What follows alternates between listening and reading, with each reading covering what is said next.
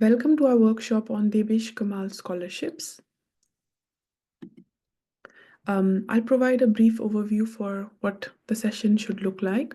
I'll first talk about Project EduAccess in case this is your first time encountering us through one of our workshops. I'll introduce our lovely panelists. And then, of course, we'll get a little bit of overview and timeline. What are the eligibility criteria and requirements for the scholarship?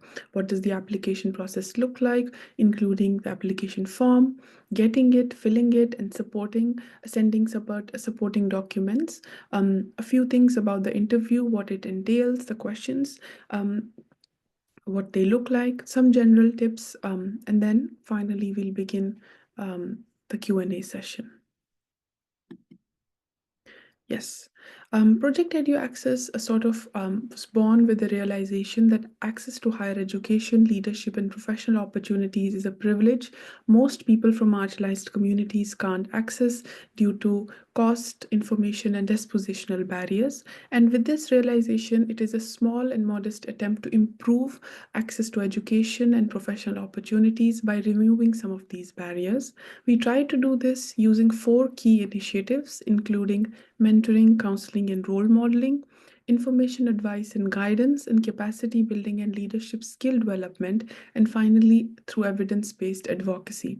If this is your first time using Project EduAccess or first encounter with us, I would highly recommend checking us on our LinkedIn page, Instagram page, Facebook, even our YouTube page. We have all the sessions recording and you can find the link to there. Okay, let me introduce our lovely panelist, Devina Srivastava. Devina has received an LLM from University of Cambridge, where she was a recipient of Debesh Kamal Scholarship from 2022 to 2023. She speaks English and Hindi. As for myself, my name is Asma Shakeel, and I'm reading for an MST in Global Imperial History at Oxford, and I speak English, Hindi, Urdu, and Kashmiri. I think with that, I can give it over to you, Devina. Thank you so much, Asma.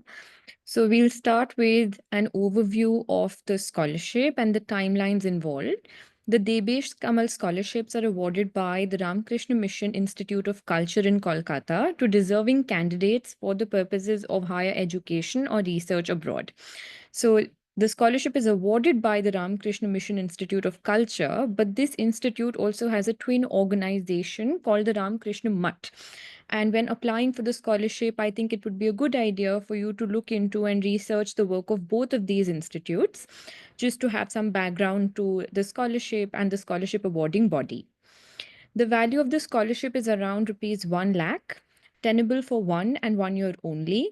And since the amount of the scholarship will not be adequate for studies abroad, candidates will have to produce acceptable evidence of other resources or committed financial support.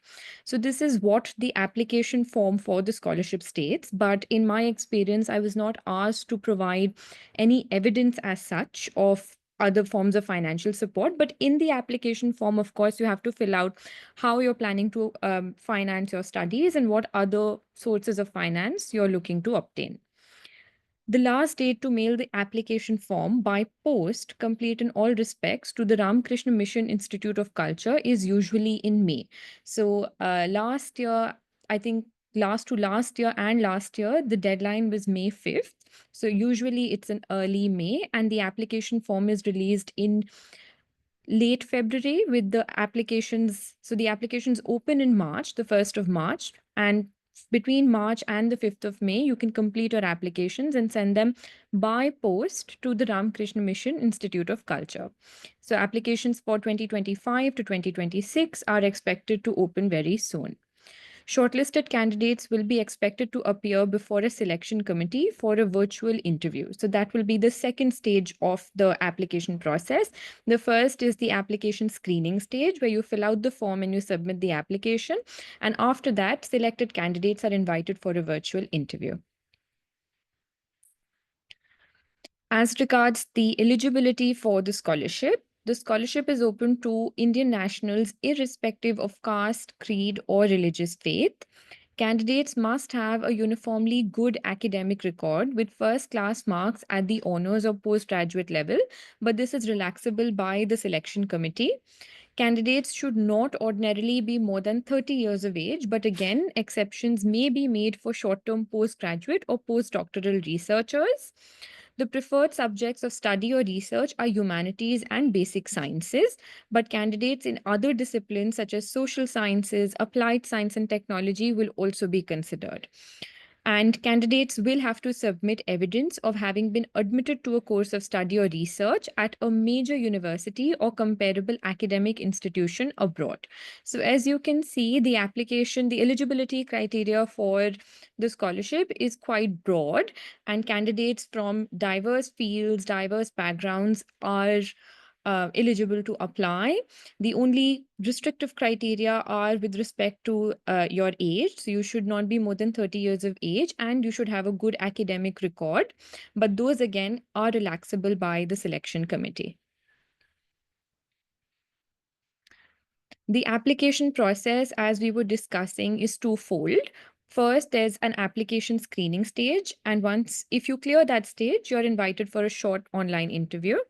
So, candidates are expected to fill out the application form, which is usually made available in late February on the website of the Ramakrishna Mission Institute of Culture. So, if you just go to the website and on the right hand side, there's a small panel which reads notices and updates or something like that. And there you can usually find the application form that's released in late February. Candidates are expected to mail their applications for the scholarship to the Secretary of the Ramakrishna Mission Institute of Culture, Golpa, Kolkata. The envelopes should carry the inscription Debesh Kamal Scholarship. So here, as you can see, the application form has to be sent by post. You cannot send it by email or you cannot send it by any other means. So you should prepare the application form well in advance such that it reaches the application committee by post by the prescribed deadline, which is usually in early May. Candidates will have to submit, along with their applications, a bank draft for INR 200 in favor of the Secretary, Ramakrishna Mission Institute of Culture, as the application fee, which is not refundable. Now, coming to the application form itself, the application form requires you to provide some biographical information and other information regarding the program that you want to pursue. So, you have to fill out your personal details, that would be your name, age, nationality, your academic information. So, that includes details of grades in classes 10th and 12th, final results of bachelor's degree, and final results of master's or other degrees completed, if any. You also have to include your research work details. So, if let's say you're pursuing a program which is research oriented or a research program, then of course you'll fill out details of that program. Or if you've done some research work in the past, let's say so for my application, I had filled out some research assistance work that I had done in the past. I had also written some research articles, which I had mentioned in this section. So, all of your research work can be included here. That will be followed by your proposed study plan. So, the name of the university or institution where admission has been secured or applied for, the course of study to be undertaken, likely duration of the course, and the estimated cost for 1 year, including travel expenses, annual tuition fee, and other estimated expenses. Here, I would like to point out two things. One is for your course of study, usually, it's just the course name that you need to mention. But again, if it's a research degree that you're going to be pursuing, then you need to attach a separate research outline. So that's something that you can attach separately to your application. And the other thing is regarding the estimated costs. So the costs are broken down under these heads in the application form. So your travel expenses will be your to and fro, one way to and then returning to and fro expenses, then your annual tuition fee and other estimated expenses can be your maintenance expenses, visa costs, and other costs that you'll incur during the course of your study. You also need to fill out other resources or financial support. So you need to have a clear plan of action as to how you're financing your studies. And you need to include that in the application, because clearly the amount of 1 lakh is not going to be enough to cover the costs of your entire program. So you need to have some clarity as to other resources or financial support. Then you have supporting documents. So, along with the application form, you need to attach a set of documents, and these are all of these have to be attested. And by attested, they mean self-attested. This is something that I had written to them to clarify, and they had specified.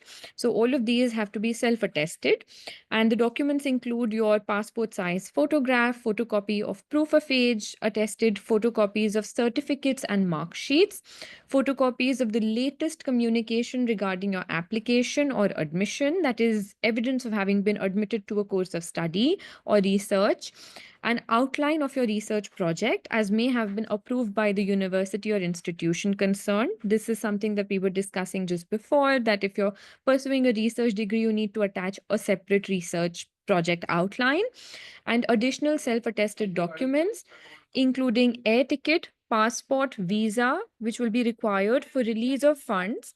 Upon, sorry, one second, my network is a little patchy. One second.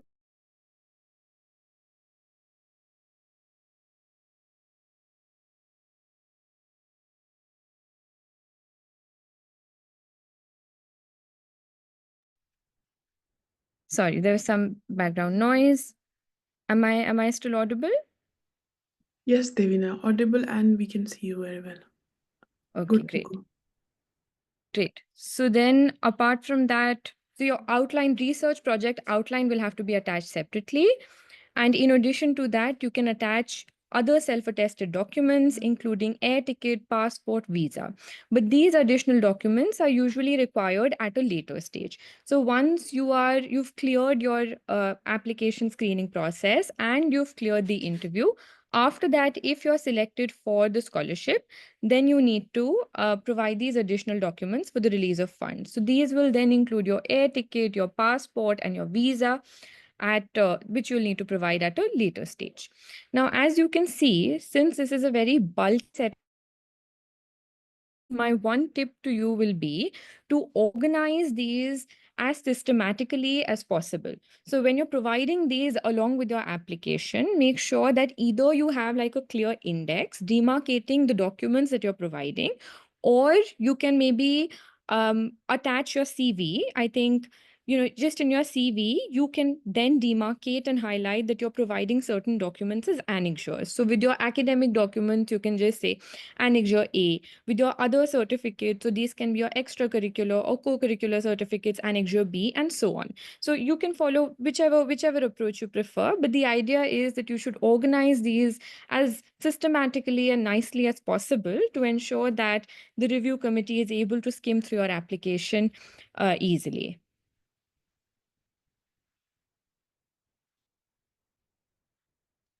Then after that, you have the second stage, which is your interview stage. So once you've cleared the application screening process, you will be invited for a short 15-minute online interview, which is conducted as the final step in the selection process. And in the interview, you'll have a mix of general and technical questions, which will be asked by the interview panel.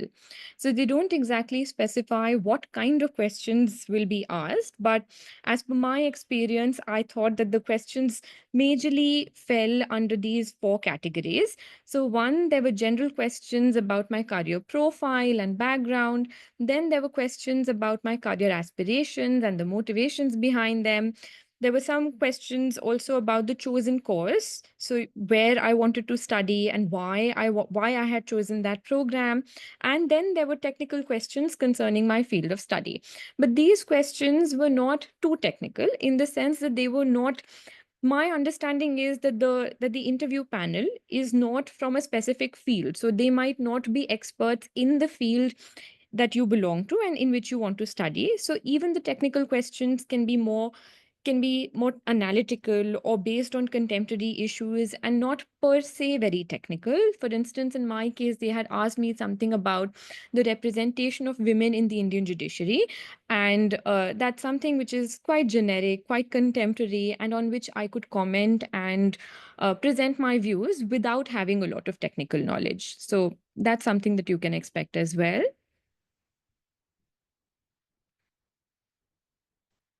Right. So coming to my general tips, I think my tips are twofold, aligned with the two steps in the in the selection process. For the application form stage, as I had said, the process is quite straightforward. It's just that there are a lot of documents that you need to attach with your application form. So just ensure that you're providing these documents in a in a systematic, organized way, and perhaps it might not be the best idea to include all your documents because the application does not specify what documents are to be included. So sometimes what people tend to do is think that, we can attach all our certificates from school, from university, and so on. I don't think that's the best idea because you don't want to confuse the panel either. It shouldn't appear like you're just trying too hard maybe, and you have a lot of things to show and you're not clear as to what's relevant. So what might be better is to identify which documents are relevant to the application and include those in a systematic and organized way. So perhaps if you've done some things which you've done in school or a long time ago, it might not be the best idea to include them. Whereas things which you've done more recently in university, in college, or in your course of work, I think those are things that you could include. You could also research the organization, and that is both the organizations, the Ramakrishna Mission Institute of Culture and the Ramakrishna Mutt, and accordingly include information which you think might be relevant to their work. And this is something which I think I had done for most of the scholarships that I had applied for, and is something that you could do as well. And my second tip, which is for the interview stage, is to not over prepare, because that's something that I think I tend to do. That for every interview, I want to go through everything that I've done and be prepared for every question that might be thrown my way. Whereas I think since this is only like a short 15-minute interview, the focus is really on getting to know you and whether you know what you want to do with your career and what your professional goals are. And if that is clear, then they perhaps I think they'll be confident in granting you the scholarship. And similarly with the technical questions, perhaps it's okay to not focus on everything and know all the technical details about your field, because the panel, as I said, may not be an expert in your area of expertise. So perhaps a better approach might be to just be thorough with what is relevant, what is going on in the news or anything contemporary, and answer any questions confidently and um, thoroughly, and maybe with an analytical viewpoint, because sometimes all they're looking for is to see whether or not you can engage and whether or not you can analyze and think things through when you present them and when you talk about them. So those are my two general tips. Thank you so much, Devina. I think I'm going to just stop sharing my screen.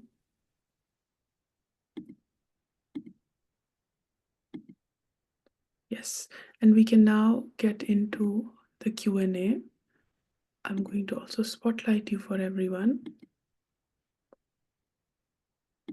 Yes, there are a couple of questions we've received in chat. Harsimran Kaur asks, on an average, how many people apply for the scholarship? How many scholarships are given out? Also, if the university and course is a research course but does not require a research proposal, how do we still provide one? In fact, do we still have to? Okay, so thank you for your question, Harsimran. As to how many people apply for the scholarship committee doesn't really release the figures. So we don't know how many people apply, but from what I can remember, in my year 2022 to 2023, around 20 people were selected for the interview round. And out of those, if I'm not mistaken, I think around 10 or 12 people secured the scholarship finally. But that is not to say that you should self-select. Even if there are a lot of people applying for this scholarship, you never know. And I think it's best to apply for the scholarship without thinking too much about how many people you're competing with. And as to the second question that you asked, if the university and course is a research course but does not require, so I think you will still need to provide a research outline, because the application form says that if you're pursuing a research degree, provide an outline of the research proposal that you will be, maybe even if you've not submitted that research proposal, an outline of the research that you will be undertaking. So you can provide a rough outline, even if it has not been submitted as part of your application. But then again, you can always reach out to the scholarship committee and confirm with them that this is okay, and that this is the approach that you're following. But as per my understanding, you will still need to provide a research outline, because you'll need to provide some clarity as to the kind of research that you'll be doing. There's another question which asks, is it essential to have a master's degree to be eligible to apply? No, no, there is no such requirement. So this scholarship is open for all programs abroad, and even for a bachelor's degree or a master's degree. So you need not have a master's degree beforehand. Right. Subhashri asks, how do I show evidence for financial support if I do not got the outcome of the funding of the other funding scholarships by then? Yeah, so this is actually a very good question, because in my case the same thing had happened, that I hadn't heard back from any of my other scholarship applications when I was applying. And in most cases you wouldn't have heard back by the time that you're applying. So you can just provide a general overview of what your funding plan is. So in my case, I had simply written that I'll be applying for these other scholarships. I have personal savings of this amount, and this is how I'll go about funding my studies, and that should be enough. And later on, if they require, if the scholarship committee requires further proof or documentation from you, they will reach out to you. But in my case, they hadn't done that, and just that statement regarding my funding plan was sufficient. Great. I have a couple of questions in my direct chat. I think I'll just ask them. The first one is, I have an undergraduate degree from India, but my grades are not as much. They count about 50%. Am I still eligible? So how hard are they on grades and merit? Is there a specific quota, I think? So there is no specific quota. In the eligibility requirements, what they've said is that they require, I think, first class results throughout your undergraduate and postgraduate programs. But that is not to say that 60% won't be enough. I think it also depends on how you performed in comparison to the rest of your cohort at different times. So if, let's say, you've secured 60%, but you were still within the top percentile or top 10% of your cohort, that's still good enough. So I wouldn't self-select. And given that the eligibility criteria by and large is very flexible, even when they've said that they're looking for people who have first class results, they've still said that they're flexible with that criteria. So I think you should still consider applying, and especially if you still performed relatively well in comparison to the rest of your cohort. Right. Another question, I think it is very relevant to what Subhashri asks. This person asks, what if I do not receive any funding eventually from my other opportunities? Does it mean that I will not be given the amount of money from Debesh Kamal? No. So they will not ask for any documentation or confirmation as to whether or not you secured funding from your other sources. So your other scholarships or whichever programs you're applying for. So it shouldn't matter that in the end you're not able to secure funding. The only thing that they will probably check before releasing the amount to you is that you have your air ticket, you have your visa, and you have everything else sorted. So that will only happen once you've secured funding or you've arranged funding from other sources to be able to support yourself through the program. So they won't look for, specific evidence as to other scholarships, but they'll want to know that you are in fact going abroad to pursue your chosen course of study, and then they'll release the amount to you. Thank you so much, Devina. These are great answers. In fact, I was also curious. Um, this one question asks, are the interviews conducted in English? If one is not as fluent in English, what can be done? I think it's a great question. That's a really good question, and I'm afraid I don't know the answer to that one. My interview was conducted in English, but I'm assuming that they would be flexible with that. So you can always reach out to the scholarship committee and ask them this question. And in fact, let us know what they tell you, because it's something which will be relevant, which might be relevant for other people as well. But I've never really checked this with them, so I'm not sure. Great. Those are all the questions I had in chat. But if anybody wants to ask and unmute, because we're a small group today, we can also do that.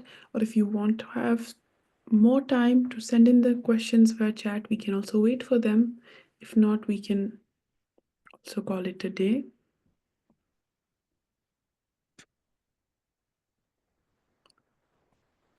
Yeah, happy to answer any questions that you may have. Generally, just be mindful of deadlines. So we're expecting the application form to be released later this month, and then your applications will open in March. They'll be open till May if they follow the same pattern as the previous years. But I would suggest don't wait for the last minute. Start preparing your application beforehand. Dispatch it by courier well in advance so that it reaches the scholarship committee by the prescribed deadline, and prepare for your interview in parallel. Again, do not wait for the last minute, because in my case, I had received a notification in early June saying that I'd been shortlisted for the interview, and I'll my interview date would be communicated to me, and then it was communicated to me on the 20th of June, and my interview was like 3 or 4 days after that. So start preparing and start just ensure that you're well prepared for the deadlines and for both of these stages once you get there. There's another question in the chat. Aksa asks, how many months does it take to get the scholarship if selected? So the process is very quick. If you're selected, then you'll be asked to send them your air ticket, visa, bank account details, and the amount is released shortly after that. So it doesn't take a couple of months. In fact, it only takes a few days, probably a week or so. But it also depends on when you get your visa and when you have all of these documents ready. So, for instance, I got to know that I had been selected for the scholarship on the 30th of June. But I only got my visa in August. So only once I got my visa, I was able to reach out to them, tell them that my visa had been arranged, share it with them, and then they release the amount. So ultimately, it's up to you as to where you are in the process and whether or not you have all your documents ready. A question in my direct chat asks, is the money lump sum? And does it matter how we spend it? Like, can we use it for tuition or just like our own expenses? And do they ask us to submit them receipts? So the money is lump sum. They release that 1 lakh figure to you, amount to you directly to your bank account, and they do not ask for any receipts, so you can use it however you wish. And in fact, that's a very good question, because sometimes we think it's only 1 lakh, so it won't be sufficient to cover our tuition fee or to cover the whole of the costs of the program. But ultimately, it's still a contribution towards your education costs. So you can use it for your travel, you can use it for your visa costs if you want to cover those. So it's really up to you. They do not ask you for any kind of receipts. Another question asks about the education institutions. If I'm applying to a university that is not considered a top tier one, does it impact my chances of receiving the scholarship? And can it also be a university outside UK or the US, somewhere in the Europe? Does that matter? So, regarding the ranking of the university, I don't think it would matter, because that's not something that they've specified in the application form. That's not one of the criteria. So, it should not matter. And again, you can apply to any university abroad. So it need not be in the UK or the US. It could be in Europe or any place outside of India. Great. That is, for now, I think that is everything that I had in my chat. Um, if there are no more questions, we can all join in thanking Devina for her time and lovely answers. Thank you so much, Devina. That was amazing. Thank you so much for all the advice that you've given and all the nitty-gritties you covered.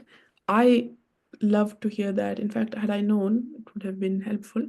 But I'm glad that others, people in the chat and in the room, can hear all of this before applying. Just a quick information.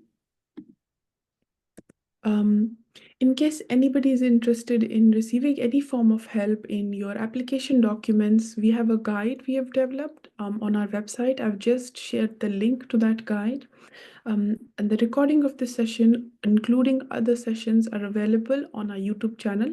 We've also conducted various sessions on different universities and scholarship application.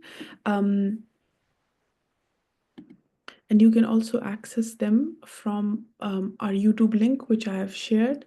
Um, and other than that, we also conduct one-on-one mentorship sessions for which our applications will be out soon. So I would recommend watching our space and just following us wherever you can, so you know the different kinds of session we do every week. Um, and that is all. I hope all of you enjoyed this session. Thank you so much, Devina. All the best for not just the Debesh Kamal Scholarship applications, but also your university applications. And I hope this session was fruitful. If you do not have any more questions, I think I'll stick around for a few minutes if anybody has a question or two. But if not, I think we can call it a day. Yes, sure. I'm happy to stick around as well. But thank you everyone for joining, and all the best for your applications.